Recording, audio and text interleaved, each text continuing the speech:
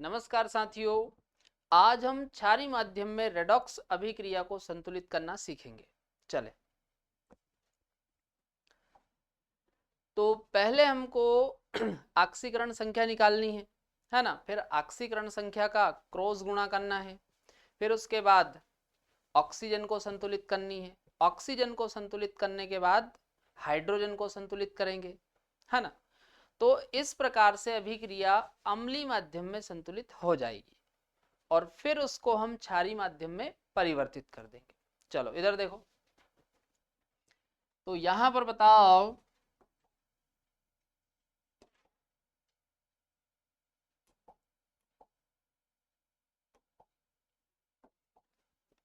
Mn की ऑक्सीकरण संख्या बताओ। अपन मान लेते हैं x, ऑक्सीजन के कारण -8 इक्वल टू -1, तो x इक्वल टू कितनी आ जाएगी, +7। यहां बताओ ब्रोमीन की मान लेते हैं x इक्वल टू -1। यहां बताओ x -4 इक्वल टू 0, तो x इक्वल टू +4। चलो यहां पर बताओ x ऑक्सीजन के कारण -6 इक्वल टू -1, तो x इक्वल टू प्लस का 5 आ जाएगी, है ना। अब परिवर्तन देखो कितने का आ रहा है तो यहां पर आप बताओ कितने का परिवर्तन आ रहा है। पहले +7 है और बाद में कितनी हो गई, +4, तो कितने का परिवर्तन आ जाएगा, 3 का। यहां पर बताओ कितने का परिवर्तन आएगा।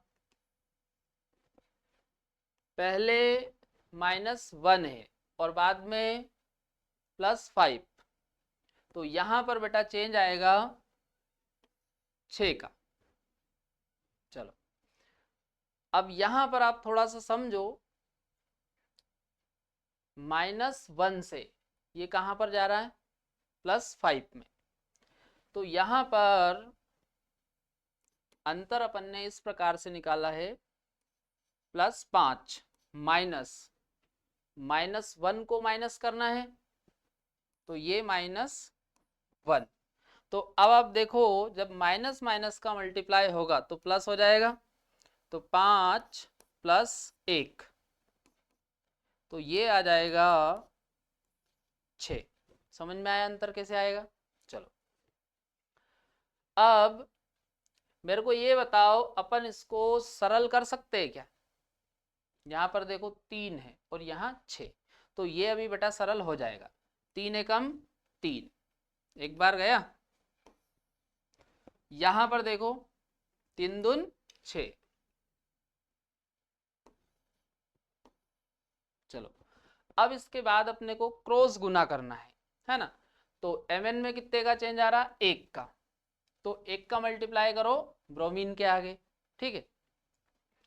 और इसमें कितने का चेंज आ रहा है, ब्रोमीन में 2 का, तो 2 का मल्टीप्लाई करो Mn के आगे।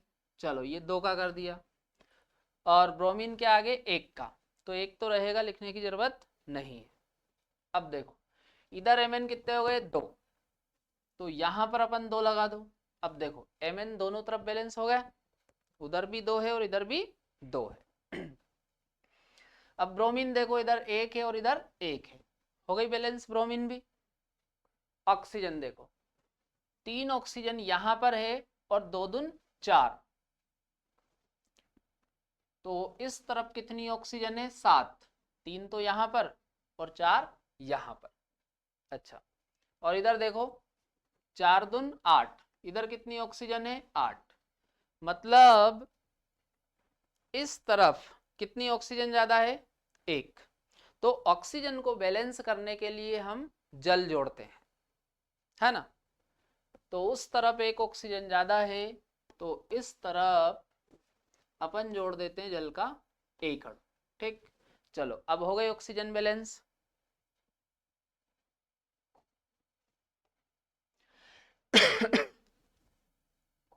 अच्छा, अब आप देखो इधर 2 हाइड्रोजन है, तो हाइड्रोजन को संतुलित करने के लिए हम H पॉजिटिव जोड़ते हैं, है ना। तो इधर कितने हाइड्रोजन है? 2। तो विपरीत तरफ 2 H पॉजिटिव जोड़ दो, 2 H पॉजिटिव जोड़ दिया। अब ये अभिक्रिया अम्लीय माध्यम में संतुलित हो गई है। अब इसको अपन क्षारीय माध्यम में कन्वर्ट करते हैं। तो क्षारीय माध्यम में कन्वर्ट करने के लिए आपको दोनों तरफ OH माइनस जोड़ना है। क्या जोड़ना है? दोनों तरफ OH माइनस। अब कितने OH माइनस जोड़े? तो जितने H पॉजिटिव है उतने OH माइनस जोड़ दो। तो कितने H पॉजिटिव दिख रहे हैं बेटा? 2। तो यहां पर अपन ने 2 OH माइनस जोड़ दिया और 2 इधर जोड़ दो।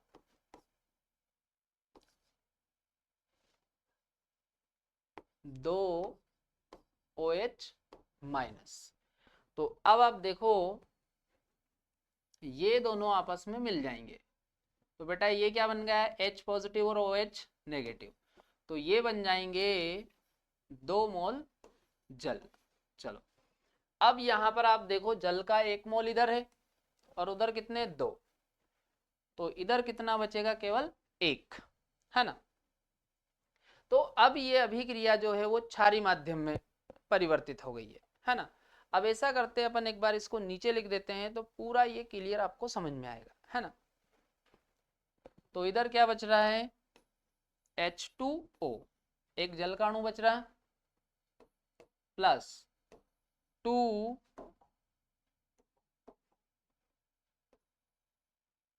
MnO4 minus plus Br minus.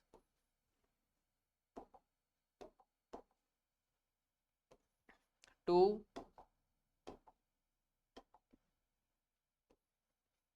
MnO2 plus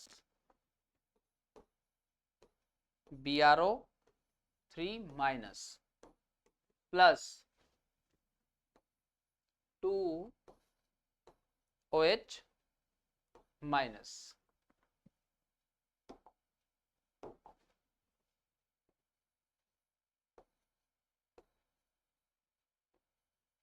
है ना। तो ये आप देखो क्षारीय माध्यम में अभिक्रिया संतुलित हो गई है ना। नोट करो पहले से।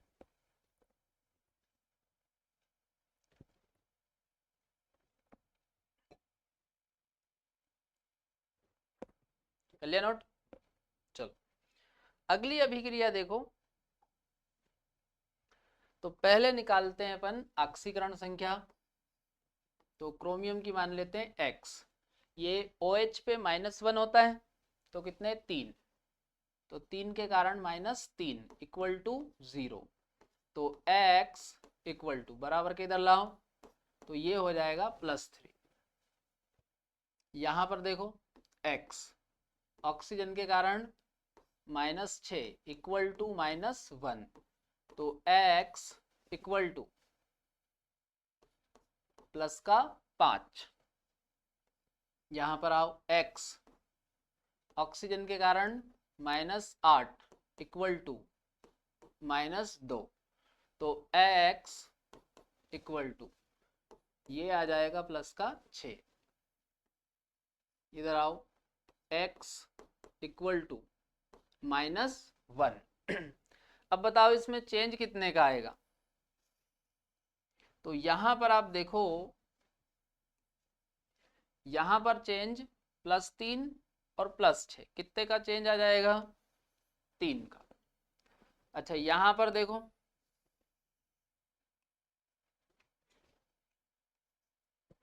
तो यहां पर आ जाएगा 6 का। चलो, अब आप देखो ये सरल हो जाएगा। ये 3 एकम 3 और ये 3 दून 6। तो 3 एकम 3 और ये 3 दून 6। चलो, अब क्रॉस गुना करो। चलो, तो इसमें चेंज आ रहा 1 का। तो क्रोमियम में चेंज कितने का आ रहा? 1 का। तो यहां पर 1 का मल्टीप्लाई करो, तो एक को लिखो चाहो मत लिखो, है ना, कोई फर्क नहीं पड़ता, एक तो है वहां पर। और इसमें आयोडीन में कितने का चेंज आ रहा है, 2 का, तो यहाँ मल्टीप्लाई करो 2 का। चलो अब देखो इधर क्रोमियम कितने 2 और इधर कितना 1, तो इसके आगे अपन ने 2 का मल्टीप्लाई कर दिया, हो गई बैलेंस।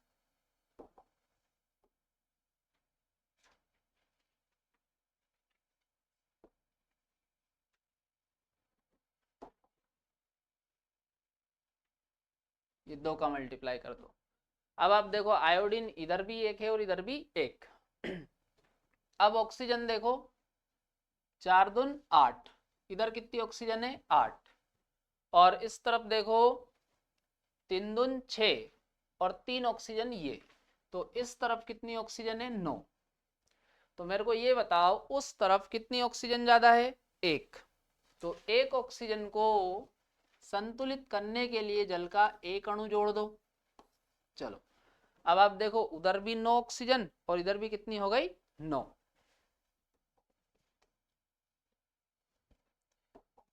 अब आप देखो इधर 2 हाइड्रोजन है और इधर देखो 3 दून 6, तो इधर 6 हाइड्रोजन है और इधर कितने 2, तो उस तरफ ज्यादा कितने हाइड्रोजन है 4।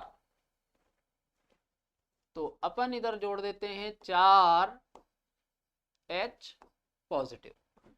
तो यहां पर अभिक्रिया अम्लीय माध्यम में संतुलित हो गई। अब क्षारीय माध्यम में करते हैं। तो क्षारीय माध्यम में करने के लिए आपको यहां पर OH माइनस जोड़ना पड़ेगा। क्या जोड़ना पड़ेगा, OH माइनस। और कितने जोड़ोगे, जितने H पॉजिटिव है, और दोनों तरफ जोड़ना है। चलो तो यहां पर अपन जोड़ देते हैं 4 OH माइनस, और इधर भी जोड़ दो 4 OH माइनस। तो यहां पर आप देखो ये दोनों मिल जाएंगे, तो क्या बन जाएगा, जल। भाई ये क्या है, H पॉजिटिव और OH नेगेटिव, तो दोनों मिलकर क्या बना लेंगे, जल। चलो अब आप देखो, चलो अब ये हो चुकी बैलेंस। अब अपन इसको नीचे लिख देते हैं ना एक बार। तो 4 OH minus plus 2 Cr OH का whole thrice plus iO3 minus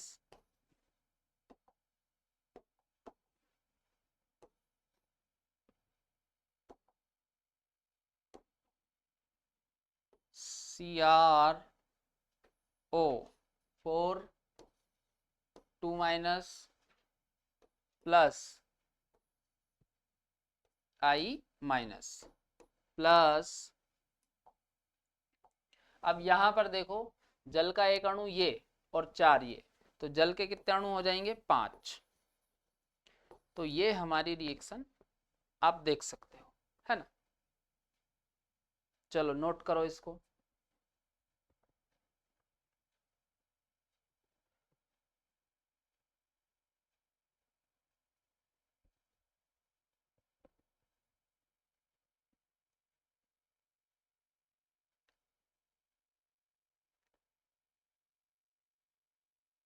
चलो अगला उदाहरण देखो।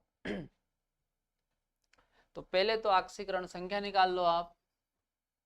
तो x -3 इक्वल टू 0, तो x इक्वल टू +3। यहां पर देखो x ऑक्सीजन के कारण -2 इक्वल टू -1, तो x इक्वल टू +1। ठीक है, यहां पर आप देखो x ऑक्सीजन के कारण -8 इक्वल टू -2, तो x इक्वल टू बराबर के इधर ले आओ, तो यहां पर बचेगा प्लस का 6। चलो इसका बताओ x इक्वल टू -1, है ना। अब यहां पर मेरे को बताओ आप कितने का चेंज आ रहा, बताओ। तो यहां पर भी कितने का चेंज आ रहा, 3 का। अरे +3 और इधर +6 में जा रहा, तो अंतर कितने का आएगा, 3 का। यहां पर बताओ अंतर कितने का आएगा,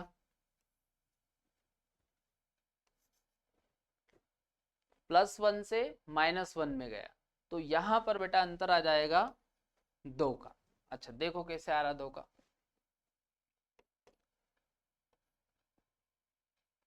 +1 में से आपको माइनस माइनस 1 करना है ना। तो अब आप देखो 1 और ये माइनस माइनस का मल्टीप्लाई होगा तो ये प्लस हो जाएगा, तो ये 1 + 1 2 हो जाएगा। आया समझ में।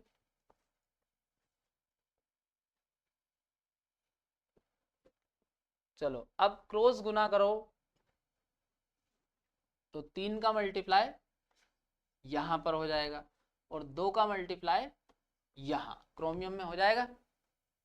अब आप देखो क्रोमियम उधर कितने हैं, 2 और इधर कितना है, 1, तो इसमें 2 का मल्टीप्लाई कर दो, क्रोमियम हो गया बैलेंस। अगला देखो क्लोरीन इधर कितने हैं, 3 और इधर 1, तो यहां भी 3 का मल्टीप्लाई कर दो, क्लोरीन हो गया बैलेंस। अब ऑक्सीजन देखो 4 दून 8, इधर कितनी ऑक्सीजन है 8 और इधर देखो 3 दून 6 और 3 ही है, ये आगे लगा ना 3, तो 6 और 3 इधर कितनी ऑक्सीजन है 9, तो इस तरफ कितनी ऑक्सीजन ज्यादा 1, तो इस तरफ अपने को जल का कितना अणु जोड़ना पड़ेगा बेटा 1, तो ये हमने 1 जल का अणु जोड़ दिया, तो ऑक्सीजन हो गई संतुलित। अब आप देखो हाइड्रोजन इधर कितने 2, कितने हाइड्रोजन है 2 और इधर आप देखो 3 दून 6, 6 हाइड्रोजन इधर है, मतलब इस तरफ ज्यादा कितने हाइड्रोजन है 4, है ना। तो इस तरफ हम जोड़ देते हैं 4H पॉजिटिव, है ना, तो हाइड्रोजन बैलेंस कर दिया। चलो यहां पर अपनी अम्लीय माध्यम में अभिक्रिया संतुलित हो गई। अब हम इसको क्षारीय माध्यम में कन्वर्ट कर देते हैं। तो क्षारीय माध्यम में कन्वर्ट करने के लिए अपने को क्या जोड़ना पड़ता है, OH-, दोनों तरफ जोड़ना रहता है। और कितने जोड़ेंगे, जितने H पॉजिटिव है, तो कितने H पॉजिटिव है 4, तो 4 OH-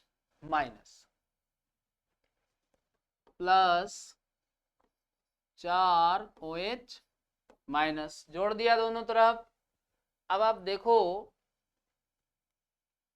ये दोनों मिल जाएंगे, तो ये क्या बन जाएगा बेटा जल, तो यहां पर जल के 4 अणु बन जाएंगे, है ना।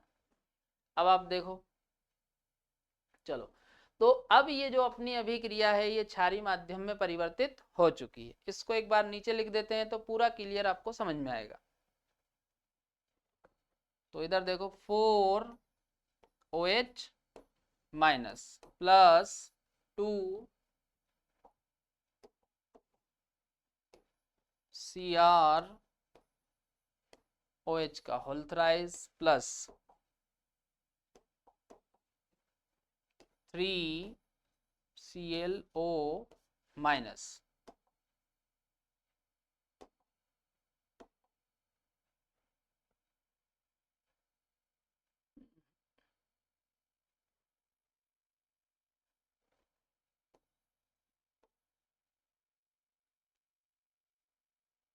3Cl-।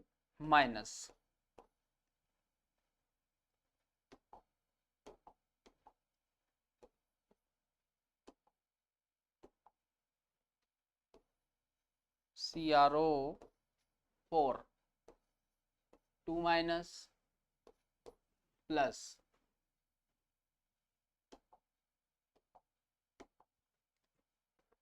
3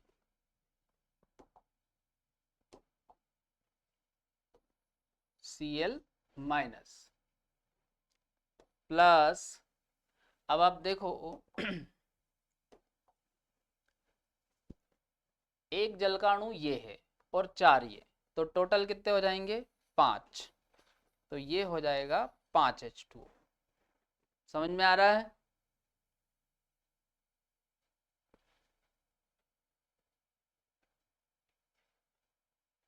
चलो, तो बेटा ये हमने क्षारीय माध्यम में अभिक्रिया को संतुलित कैसे करते हैं ये हमने समझ लिया है ना। एक बार और आप इनको अच्छे से समझना, और कुछ भी डाउट हो तो आप कमेंट करके बताना, ठीक है। अब बेटा हम अगले वीडियो में सीखेंगे तुल्यांक भार निकालना, ठीक है।